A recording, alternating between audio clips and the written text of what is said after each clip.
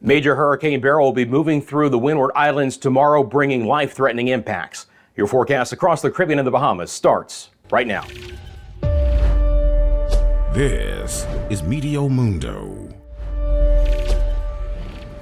Hi friends, Rusty back here at Meteo Mundo. Good to see you on this Sunday. Coming up, all the newest information on Hurricane Beryl, Category 4 hurricane with winds of 130 miles an hour, significant impacts that it will be bringing to the Windward Islands tomorrow. This is a comprehensive video. We also have a new tropical depression to talk about in the southwest Gulf of Mexico, tropical depression number 3, in an invest area east of Beryl, which could become the third named storm of the Atlantic hurricane season over the next couple of days.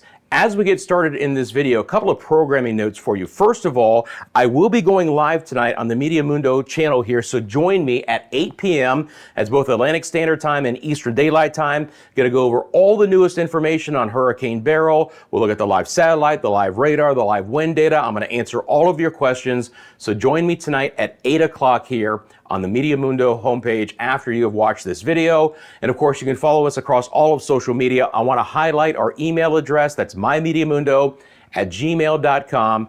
Look, we don't want the story of what's going to be happening in the Windward Islands, but pictures and videos help to tell your weather story. And if you live in that area and you can safely send me a picture or video, do so at myMeteoMundo@gmail.com. I'll be happy to show it here on one of our live streams. Okay, let's get into what's happening at the hour on this late Sunday. You're looking at the satellite imagery out of Hurricane Beryl. Beryl continues to look quite impressive.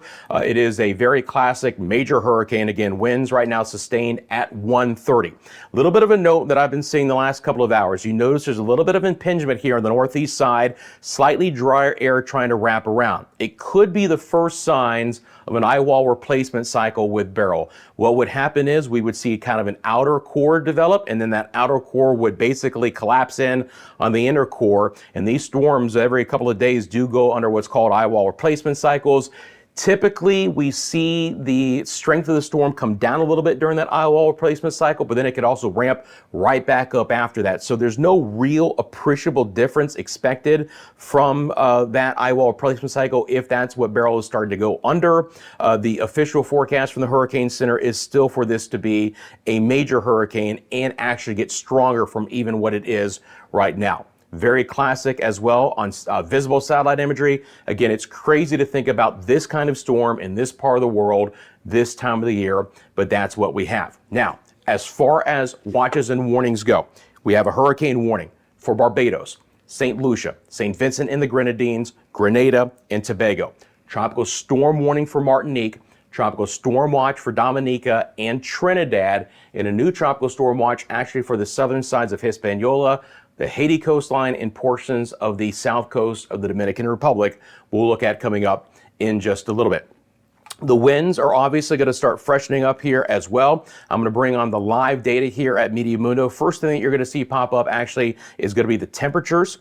And then we're going to take a look at the wind gusts because we've had some winds of up to 40 miles an hour already with Beryl. Look, this is going to continue to be a situation where tropical storm conditions are going to be likely beginning in the Windward Islands tonight, and then the weather really going downhill throughout the day tomorrow. But early tomorrow, by daybreak tomorrow, we could be in the throes of hurricane conditions. Now, Beryl is a very small hurricane, and we're going to talk about how subtle changes in the track could really change the impacts that certain islands are going to see. But as of the 5 p.m. advisory, Category 4, winds are 130. Pressure holding at 960, movement west-northwest at 18. It's slowed up slightly, but no appreciable drop in forward speed is expected. It's about 250 miles to the southeast of Barbados. We're going to get into all the details in the Windward Islands coming up. I do want to look at the expanded view. Again, first of all, just to mention that the Hurricane Center has Beryl staying a Cat 4 through the Windward Islands tomorrow, winds of up to 145 from the last update from the Hurricane Center. Really high-end Cat 4. Then it holds steady with the strength, begins to weaken some, but slowly as it encounters wind shear throughout the Caribbean. And the official forecast just has Beryl continuing to lose strength the farther out in time that we go. Some of the models are more aggressive with Beryl losing strength, others keep Beryl stronger. And the Hurricane Center is kind of in the middle of that right now, but still a major Category 3 hurricane here. You can see south of the Haiti coastline. That's why they have the tropical storm watches currently in effect there. Winds are still 115. As it gets closer to Jamaica, still a Category 2 hurricane. Now, no watches and warnings for Jamaica yet, but that's just a timing issue. As Beryl gets closer, those watches and warnings will be issued, and then it holds as a hurricane strength on the official forecast from the National Hurricane Center in the Northwest Caribbean, getting closer to the Yucatan and northern Central America late in the week. This is the timeline of that I just showed you. Again, south of Haiti, south of the Dominican Republic as well during the day on Tuesday, approaching Jamaica early on Wednesday, throughout the day on Wednesday, then brushing and passing south of the Cayman Islands on Thursday, and then potentially into the Yucatan on Friday. Again, there's going to be some variability in this track the farther out in time that we go, and in strength as well. Speaking of that, when you look at our spaghetti plot models, our tropical models, they've all initialized pretty well as a Category 4 hurricane. A lot of those keep Beryl at that strength, and then generally speaking, you see that somewhat steady drop in strength as we go through the week, as Beryl moves west across the Caribbean, just fighting more wind shear, which is typically present this time of the year in the Caribbean. Okay, let's go back out here, and we're going to get into the specifics of what's going to be happening here in the Windward Islands. So first thing I'm going to do is just drop this formation zone area, the red, and then we're going to take a look at some of the things that I was mentioning. Again, very classic Beryl moving through. Those are your wind radii forecast here on our plot. Hurricane force winds only extend out 30 miles. And again, that's going to be a big story as to what we could see here in the Windward Islands and what islands are really going to bear the brunt of those intense Category 4 hurricane winds. So the first thing I'm going to do here is actually show you the GFS model. Now, here is the deal about all of the models. They have not initialized very well. All of them are actually too weak right now. They don't have Beryl strong enough, both in wind speed and in intensity right now, moving through. So what we're really looking at with the models at this point in time, quite honestly, is just going to be the track of Beryl, and all of them are in relatively good agreement. But I want to mention this because, again, when you look at your time frame here, so we'll be watching, and during our live stream tonight, we're going to be watching some tropical storm conditions begin to move into the Windward Islands as we head overnight. Here you go. Now, the latest on the GFS model, as of around 8 o'clock, has this approaching and moving just north of Tobago, moving just south of Barbados. So it does look like the more direct impacts will be over places like Grenada and St. Vincent and the Grenadines. So the center of circulation here, and you can kind of see there's the eye. We lose a little bit, but it's right about here. Here's what I want to talk about. If I draw from the northern eye wall here on the GFS model and I go 30 miles out, you can see that those potential, hurricane force winds, and especially near the eye wall, the 145 maximum, are going to be confined to a really small area. On the GFS model, that would significantly impact the Grenadines and potentially the northern side of Grenada. But Carriacou, Canaan, on over towards Bequia, all of the Grenadines, Union Island included, would have those core devastating winds. But a subtle shift in track could bring those winds farther north towards St. Vincent or farther south towards Grenada. Again, 30 miles from the center on the northern side. If I take that line off and we draw it on 30 miles from the southern side, starting there, if I go 30 miles, obviously that would encompass Grenada. So this is the area that we have to closely monitor for subtle shifts in track. It really is going to make a difference, as small as the core winds of Beryl is. But again, we're talking about 145 mile an hour winds. It's going to make a huge difference in what these islands are going to see. Everyone under the warnings and the watches need to pay a very close attention, because we do have tropical storm force winds would extend up to 115 miles from the center, but that core, devastating Category 4 winds are going to be in a confined area. And again, we're going to have to really monitor the track. We can't forecast very well those subtle shifts. It's going to be a monitoring situation, but for these areas, is something I'm going to be closely monitoring for sure. I mean, again, it's going to make a huge difference in what these areas see. Let's talk about the wind gusts here. And again, it's not just going to be those areas I've mentioned to see some significant impacts as far as the winds go.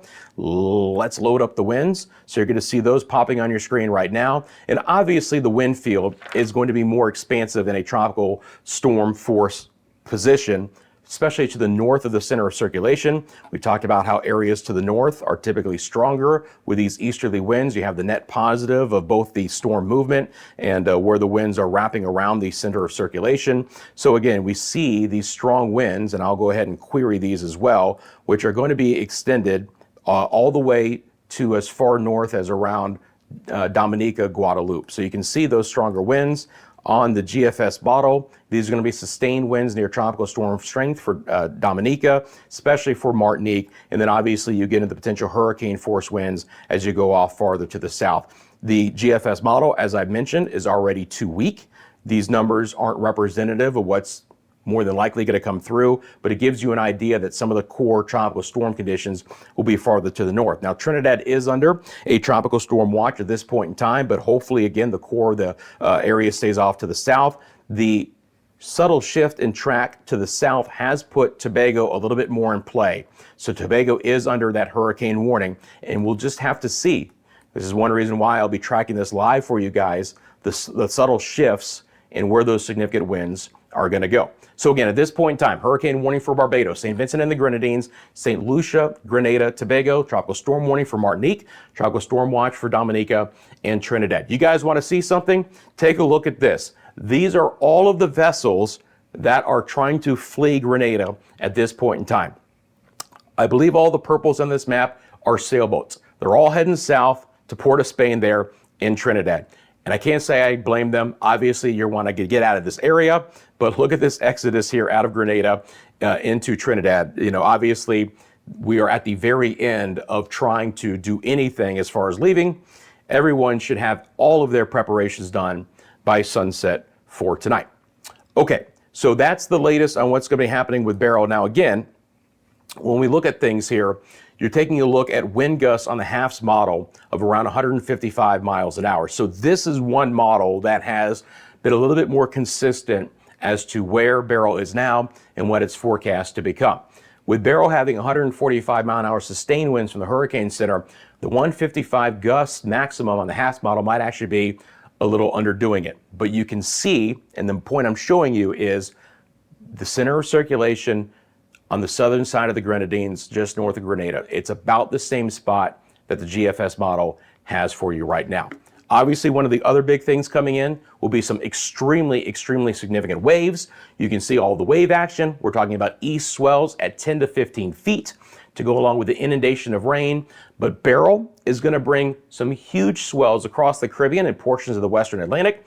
And then on the heels of Beryl, what could become Chris, that's what moves in mid to late week. And you see another rainbow colors there with some wave heights over 10 feet. So this is what we expect for Beryl in the Windward Islands. Again, tropical storm conditions start very late tonight, and by daybreak tomorrow or even earlier near Barbados, the weather is really going to go downhill in a hurry. Sustained winds of 145. It's 233 kilometers an hour, gusts over 160.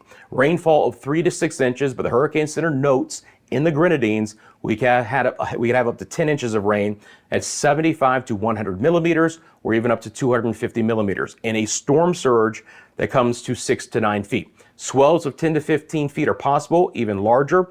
Obviously, the broader impacts are going to be flooding, damage to property, and power outages. As I always state, please check in with your local government and your local officials for all of the latest local messaging in your area, the things that you need to do to keep your family, yourself, and your property safe. All of those preparations need to be done by today, by sunset.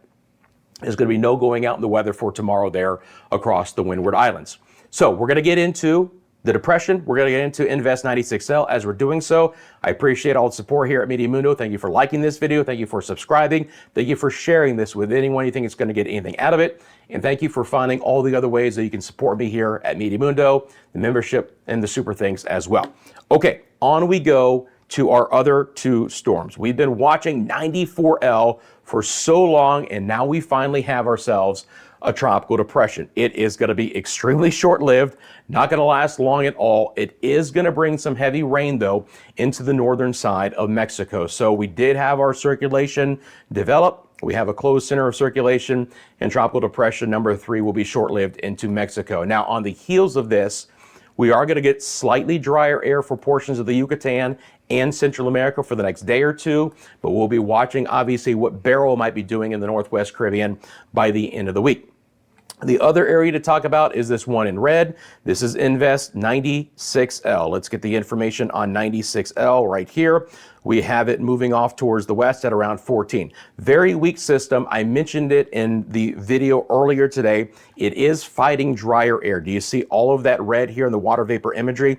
There's some slightly drier air. Now, is it going to impede 96L from developing? Just like Beryl, the answer is probably no, but it might be the way that it tracks, meaning that it's going to move west along the periphery of this drier air in this ridge, and then potentially gain some latitude as it gets closer to the Windward Islands. Of course, we do have our spaghetti plots running on this now that it's an Invest, and just showing you the tracks from the spaghetti plots. I mean, it gets a little bit complicated because you have Beryl here as well, but you follow these lines. The bottom line is the potential for what could become Chris to be moving through some of the same areas of the Lesser Antilles late Wednesday, Thursday. Some of the models take this a little bit farther up to the north. We'll just have to wait and see. I'll show you that one more time here on the broad perspective from the GFS model. Just going to loop this up one more time. I can, again, dump Beryl's information if you guys give me just 1 second here. Again, I've got all these presets here, and obviously the most important stuff is to talk about the storms. But when I get rid of this and we take a look at what's happening right now with Beryl right here, and then Invest 96L, which could be Chris. That is the newest run from the GFS model, okay? There's still a lot to be determined, but potentially we wrap up a tropical storm before the Lesser Antilles, and then we'll just have to see what the environmental conditions look like here in the northeast side of the Caribbean as we get towards late week.